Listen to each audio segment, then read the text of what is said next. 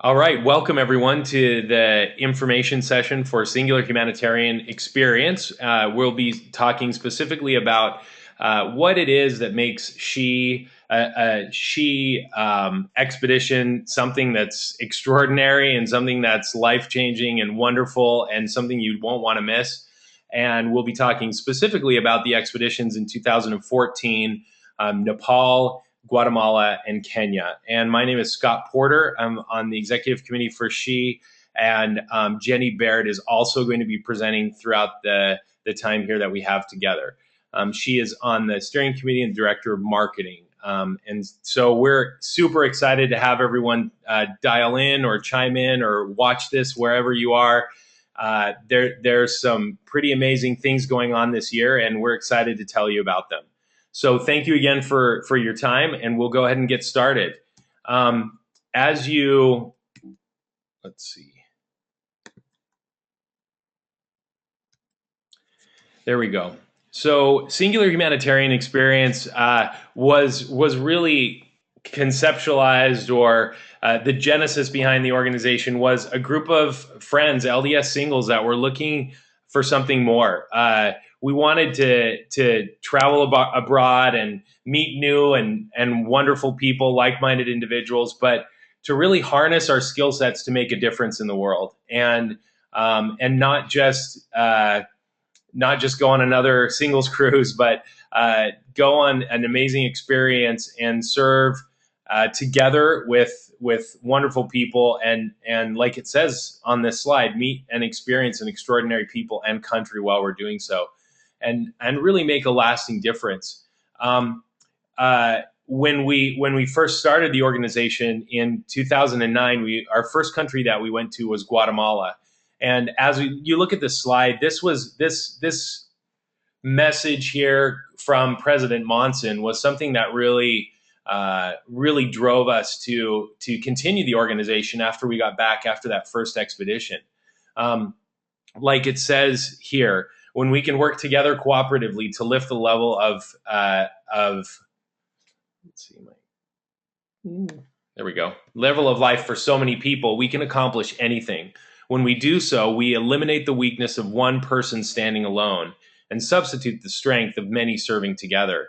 While we may not be able to do everything, we can and we must do something.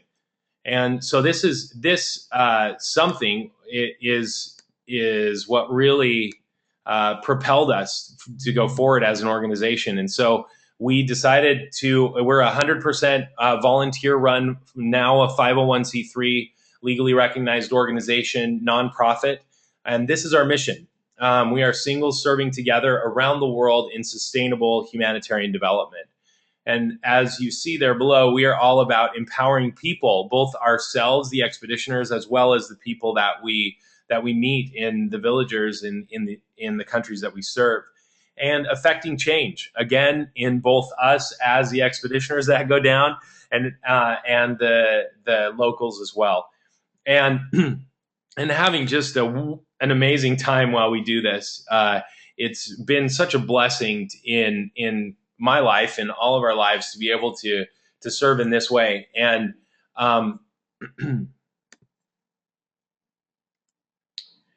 as we've been looking at when we first wanted to go on an expedition, a service expedition abroad, we looked at partnering with and vetting a whole bunch of different organizations, nonprofits that serve in various countries around the world.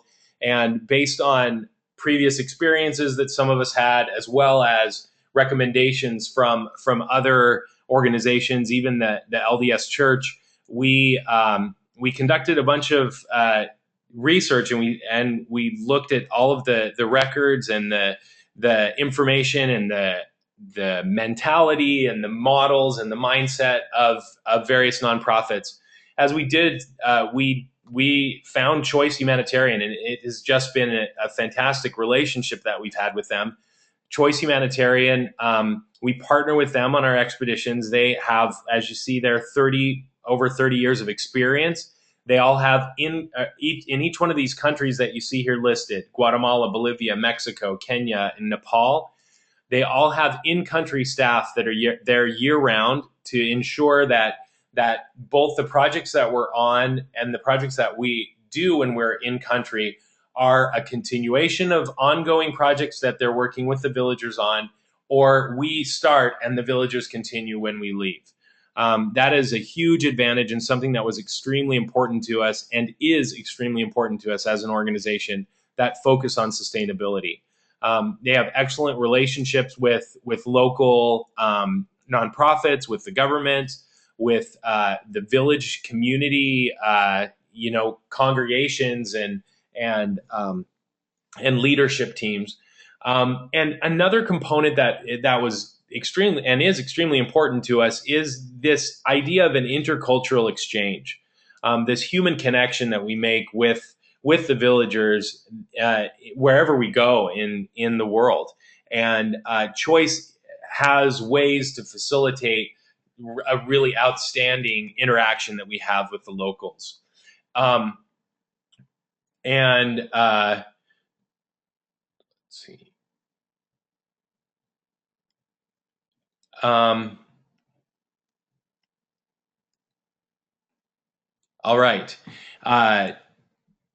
Jenny, I don't see the numbers on the slides, and so I'm not sure if you're supposed to if this slide or the next one. I can't see them without.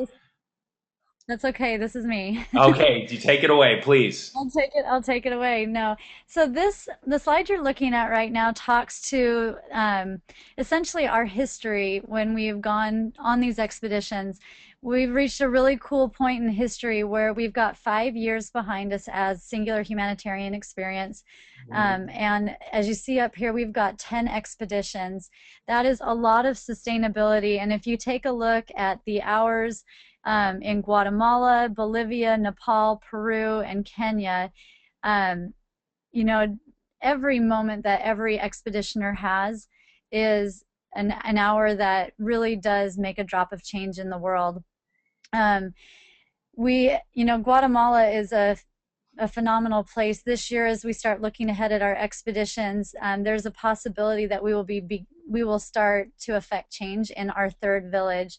One of the very cool things about becoming a part of Singular Humanitarian is we revisit the same village until the village says, hey, I think we're doing good now. Feel free to move on to another one. And that speaks to that sustainability piece. So as we approach Guatemala, possibly looking at our third village, I believe even those going to Nepal this year will even begin to introduce our workshops and the service hours that we do with a new village there as well. Last year we broke new ground in Peru, and then this year we will also be revisiting Kenya again and taking a look at what that looks like sometime in the fall. Can you go to the next slide? Okay, so sustainable service, it's really important to understand what we mean by this. One of the things that's really cool that we do as an organization is focusing on that intercultural exchange as well as village determined projects. So if you can look at these thumbnails in Guatemala, starting at the top, you'll see that there is a schoolhouse that was built. Last year we had somebody show us some video.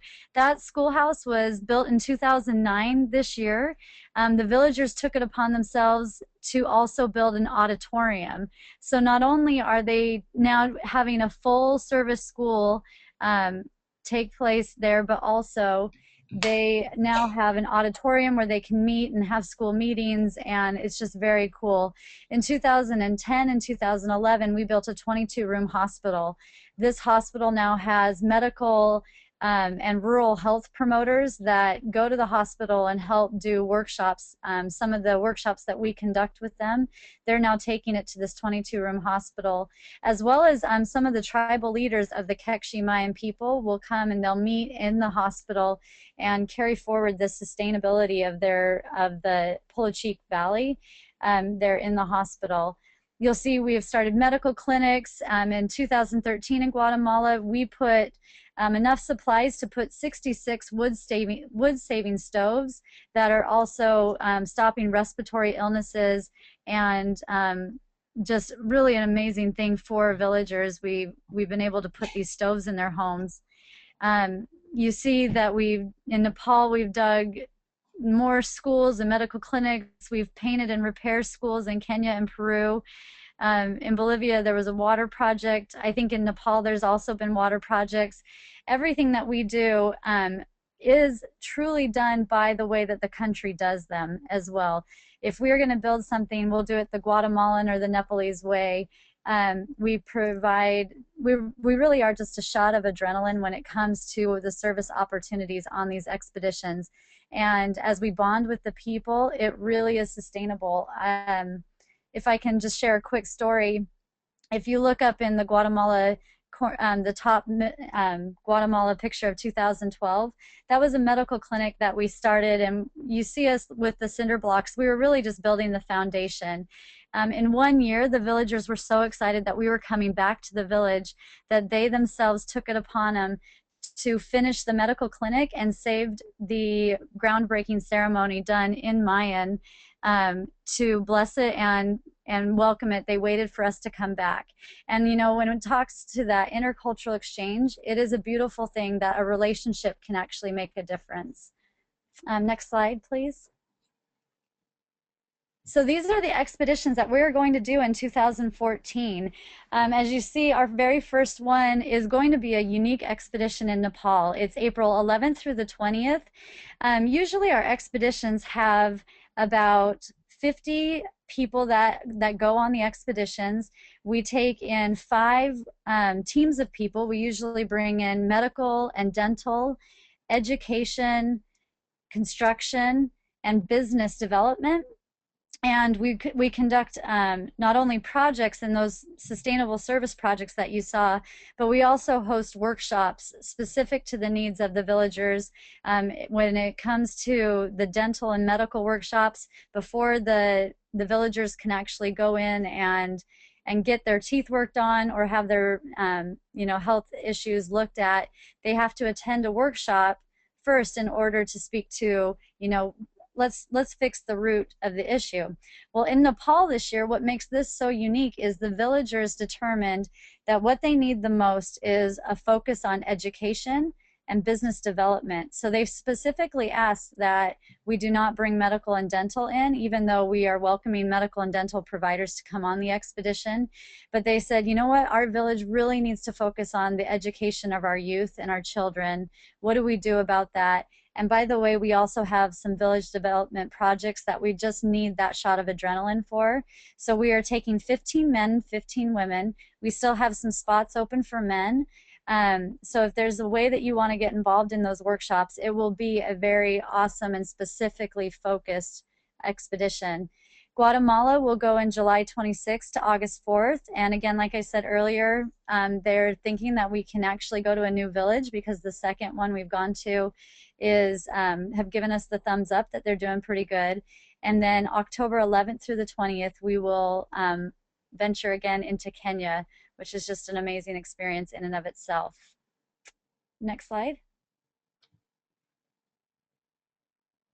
So again, speaking to our workshops that we've done, the workshops truly are village determined. Scott mentioned earlier that there is a person in country, and that person is there to make sure that the villagers are, not only continuing on with what we've brought to them as we've come into the village, but also in turn saying to us, very much like I just spoke to with Nepal, hey, guess what? This is what the villagers need.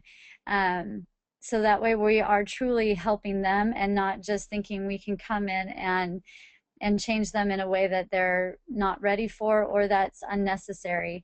So we have 3 sustainable village determined focus areas. The first is education.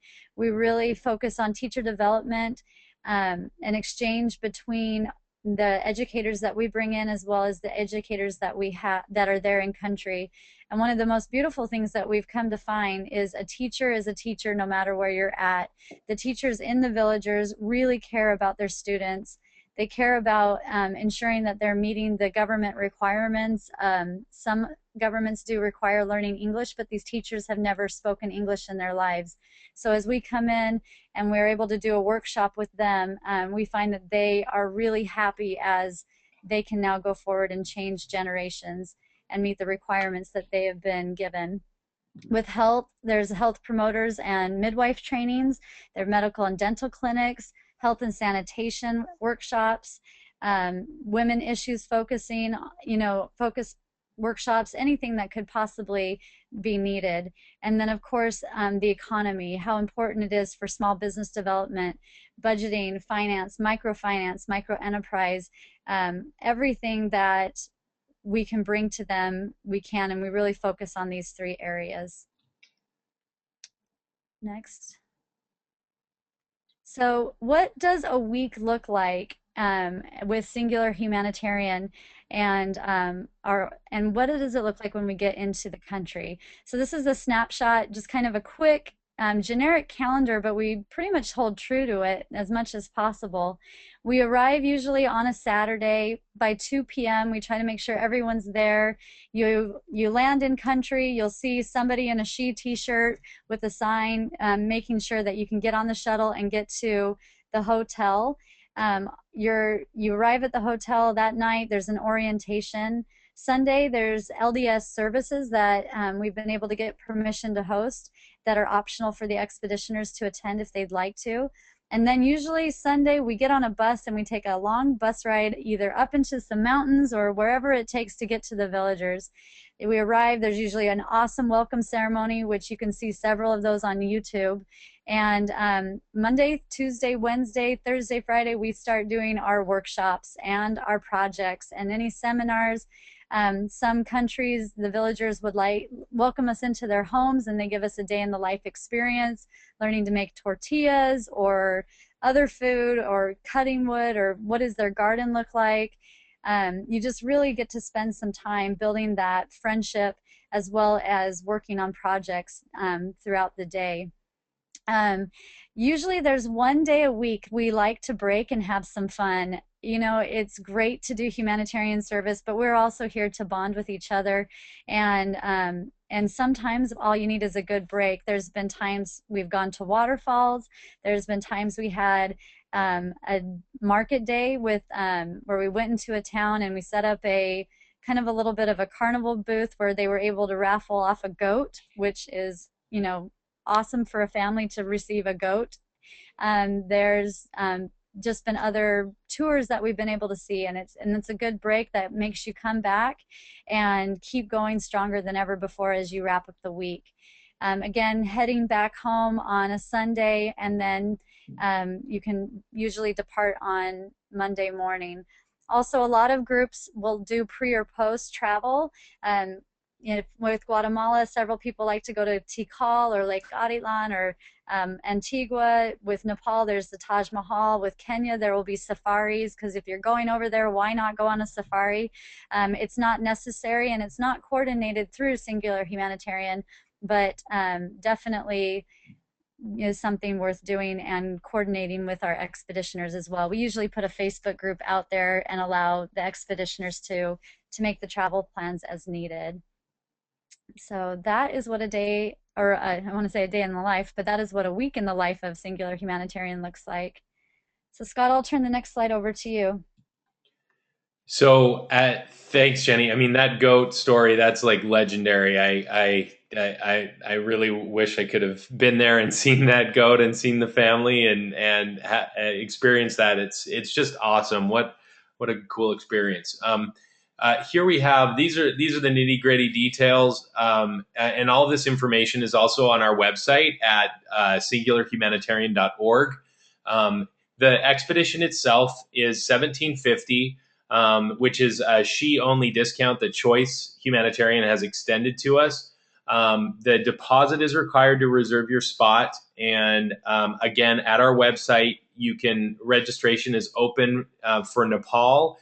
Only for men right now. We do have women, if you're interested in Nepal and want to jump on the wait list, that is still a possibility, as people are canceling because of changes in work and travel and family situations. So as you see there, a bunch of the details, it is a tax deductible donation. It includes everything in country. So once you are there in country, it includes your accommodations, security, food, and travel in country. What it does not include is your flight. So your flight, your airfare is on top of that, and any other extra spending that you want to do while you're there in country, souvenirs, adventures, etc. So about 45% of that 1750 goes directly to the projects that we'll be doing, the building projects and the workshops, and the remainder takes care of all the other expenses that I mentioned earlier. If you are interested in any fundraising resources, we have a personal fundraising toolkit that has been really helpful to many people in raising funds to be able to go on the expedition. You may also want to look into corporate matching. Many companies will match a donation that you make to 501c3, and so this is something that you may want to look into as well. One of the things you see down there at the bottom of this slide, pre-trip involvement is strongly encouraged.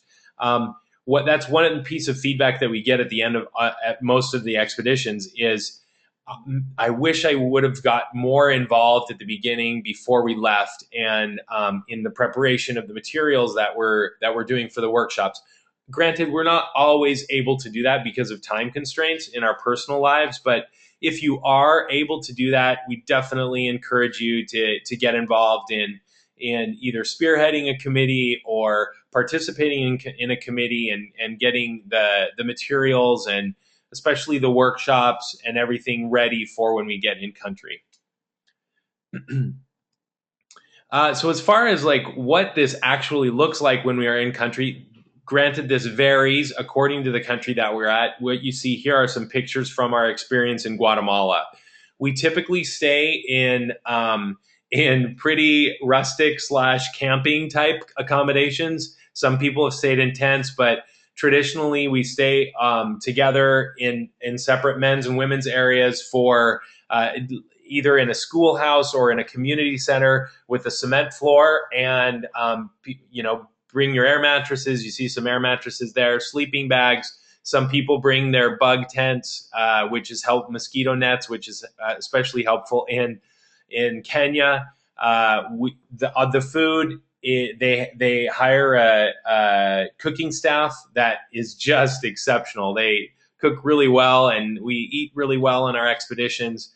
3 square meals a day with plenty of purified drinking water. And so you also see the showers and the bathrooms. Sometimes they're showers, and sometimes the showers don't work, and sometimes they're bucket showers. And sometimes we have bathrooms, and sometimes we have squatters. And so it just totally depends on the country that you're going to, but you can expect that this is a pretty rustic camping-like experience, but it is definitely safe. We're in areas where there is no crime, where the villagers care for each other's belongings, and they're very respectful of visitors coming in, and definitely recognize that we're there to help their community, and they consider us friends. And so but there is, for our own safety and security, we do have security personnel there that are watching our stuff during the day when we're out on the workshops and construction projects. So, Jenny, I believe this is you. Thank you.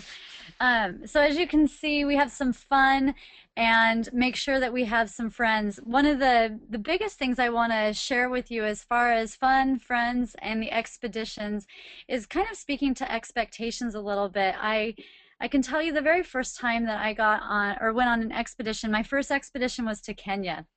And I remember thinking, this is going to be great. I'm going to wake up early in the morning, and I am just going to work really hard, and I'm going to be exhausted by the end of the day, and muddy and dirty. And that was just kind of my mindset when it comes to humanitarian service. Then I got to in country and showed up, and we were at a school, and there was a welcome ceremony, and we brought in teachers, and the teachers had all gone on strike in Kenya meaning that instead of doing our workshops, we ended up needing to become teachers randomly. And teenage kids at a secondary school in Kenya are the same as teenage kids in America or Germany or Canada or anywhere in the world. And it was an adjustment. Well, school gets out at about 3:30, right? Everywhere. So what did we end up doing from 3:30 or 4 until the rest of the day? We hung out and we played soccer and baseball, and then we played games as expeditioners in the evening and got to know each other. We'd go on walks. And I remember thinking, man, I came on this trip to be doing a lot of sweaty, digging humanitarian work and walked away feeling extremely rewarded because not only had I made some really good lifelong friends who were she expeditioners, but also with some of the students, I had some pretty powerful moments just sitting on steps talking with them. And several of them I'm still Facebook friends with today, and that's been about 3 years. The same can be spoken to in Guatemala. The setting is a little bit different, but um, I've had children turn to me and say, will you please come back? You're my friend. And there's been professional associations that have happened between our teachers, between our dentists and medical professionals. There's been some people that said, you know what, I didn't realize that all of these people lived around me in Utah, Arizona, Southern California, and they come home and they now have a huge handful of friends where in 1 week they got to know each other so much more deeper because they had disconnected in order to reconnect back with life again. So I just encourage you to have fun on these expeditions. Know that there's some lifelong friendships to be made both internationally as well as in your own backyard, and it really will be an incredible life-enhancing experience for you. So Scott, the next slide, please. Um, you know, it really is. You'll hear, if you've ever talked to me before about Singular Humanitarian, I really do believe in the phrase disconnect to reconnect. It is an extremely dynamic experience. Um, all of the words that are on the screen right now, there is joy, there is no distractions. You actually have time for people. On a 12-hour bus ride up in these incredibly green mountains, you will have deep conversations with people just about their life, and your cell phone's not beeping, or you're not waiting for a text or checking Facebook. You've got a lot of positive attitudes. The people that go on these expeditions are of such an amazing caliber, and they're genuinely want to be able to connect with themselves, with others, and for the greater good. It's just a really phenomenal experience. It's extremely organic. Um, Things that the villagers will do for you, you would never be able to pay a tour group to do because they are sacred and meaningful experiences as they invite you in their homes. So if you're going on a future expedition or you want to go on a future expedition, just know that it really will be an incredible experience that will enhance your life going forward. Scott, next slide. I think this one is for you as Oh, well. oh, is this me? Great. Or is it? I'm not. That's that. I mean, that's perfect. I'm happy to take it. As thank you, Jenny. And as you were sharing some of your experiences, I thought of a moment where it was on, I believe the second expedition to Guatemala, and I was sitting down, and actually the gentleman that was hired to be our security detail also happened to be the branch president at this branch here that you see on this screen for the LDS Church, for the Mormon Church, um, and I was just sitting there talking with him a little bit, and his Spanish was okay, and my Kekchi is non-existent. I mean, I know a few words, but um, I was asking him, and he had a son that was of age to go to the middle school that we had built the year before. And I just asked him, just making, conversation. I said, so how has the secondary school been for you and your family in the community? And totally unexpectedly, he got quite emotional with me, and he actually couldn't even speak. And he just put his head down and he looked up and he just said, "Thank you. Thank you. Thank you so much for what you have brought to our community, and that now my children can now go to school and they can continue their education because um, they realize that the power of educate that they realize the power of education to bring themselves out of this cycle of poverty. And you know, it's those types of experiences that you just never forget. And it makes it all worth it. All of the effort that we go to, all of the experience that we have down there, to be able to help in some small way to improve the life of other people is such a huge blessing. Um, like Joseph Smith said here, a man filled with the love of God is not content with blessing his family alone, but ranges through the whole world anxious to bless the whole human race. And really, that is something that through the expeditions that we've gone on has just been solidified in my life. And that's really why we do this for each one of us, is to help us develop an even stronger commitment to living a life of service. And it's something that is so enriching, and we do have so much to give and so much to learn in that whole process as well. And so really for us, on top of all of the fun and the amazing sustainable activities that we do, and the amazing people that we meet, both the villagers and the expeditioners, this really is a spiritual journey for us. And that component is something that really does make it all worth it for us. That really is the cream on top of everything, and the heart of really what we're doing. And so you see here that we do, as Jenny mentioned, we have essentially bookended the experience with LDS Sunday services, which really do become one of the highlights. Oftentimes, we'll end with a testimony meeting on the last Sunday, and we do adhere to LDS standards on the expedition, and the majority of our expeditioners are LDS, but we certainly invite you to welcome people that are not LDS to join us on the expedition. And we have had friends, coworkers join us and had an amazing time, and really enjoyed the experience with us. So if you do have friends or family that are interested, please have them join us.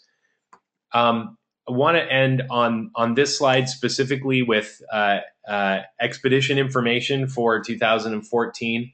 We'll end the recording here in a few seconds, and then we'll get into more specific information about Nepal. But for more information about any of the expeditions, about our organization, what we've done in the past, you can see videos and photos, and get all sorts of information on our website, singularhumanitarian.org. Also stay in touch with us via Facebook. You can sign up for our email on our website, but we post announcements when registration opens via Facebook and via our email list. You can also check out videos of past expeditions as well on our YouTube channel. And we also have a group on LinkedIn where we will be posting information as well.